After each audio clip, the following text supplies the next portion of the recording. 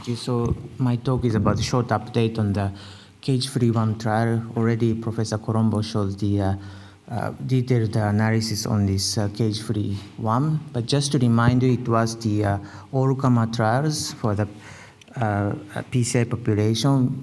The patient undergoing the non-complex PCI for de novo CAD. So both ACS and chronic coronary syndrome was included. After the predilatation, the patient was randomized, and actually the unsuccessful predilatation patient was included in nested cohort study. Approximately 20% of patients went to this nested cohort study. After the successful predilatation, patients were randomized either to the sirolimus eluting stent or the paclitaxel-coated balloon. And primary endpoint was device-oriented composite endpoint at 2 years. The device used in this trial was a SWIDE DCB, which is the DCB manufactured in China.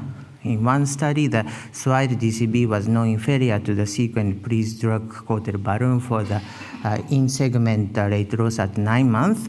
It is a paclitaxel-coated balloon with the iopromide as the excipient, and for the drug-eluting stent arm, the Firebird 2 was used, which was a sirolimus eluting stent with the thickness of the 86 micron.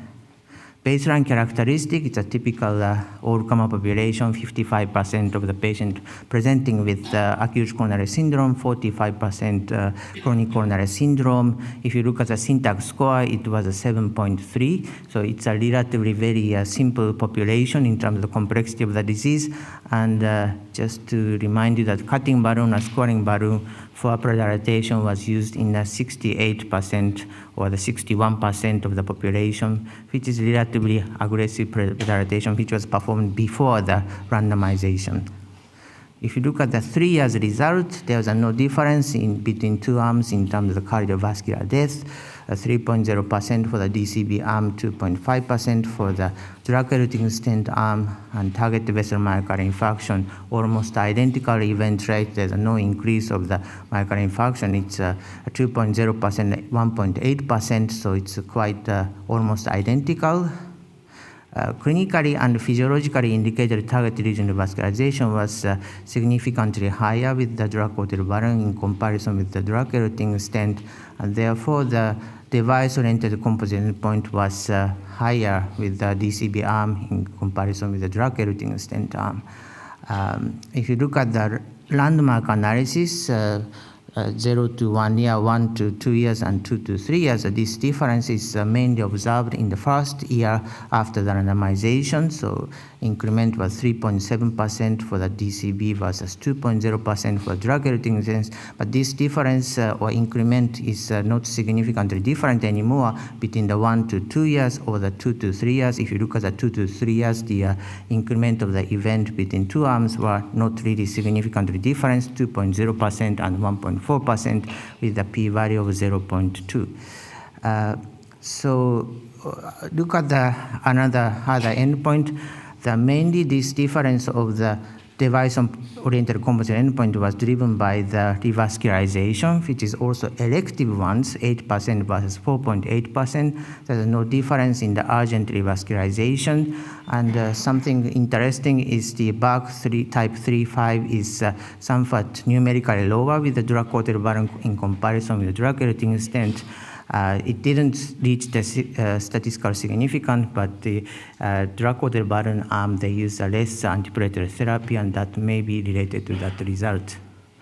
If you look at the subgroup analysis of small vessel disease, you could see that in a small vessel disease, the DCB and drug-eluting stent was not really different. It's more or less same event rate.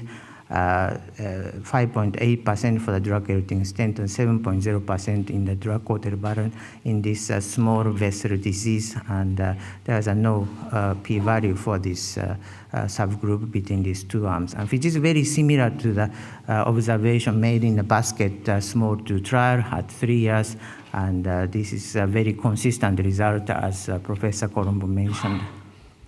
Just one word for this device type of the predilatation. If you look at the population according to the device used for the predilatation, you could see that the cutting balloon, if the cutting balloon was used for the predilatation, there is no difference between the two arms, and It looks also the predilatation effect on the drug-eluting stent. Also, for the you look at the scoring balloon, cutting balloon. This is also better than the other two, non-compliant balloon or the semi-compliant. And for the drug-coated balloon, it looks like a cutting balloon is the best option for the predilatation. So as a conclusion that at 3 years, there was a still difference between this paclitaxel-coated balloon and drug-eluting stent, which is driven mainly by the target lesion revascularization, elective ones.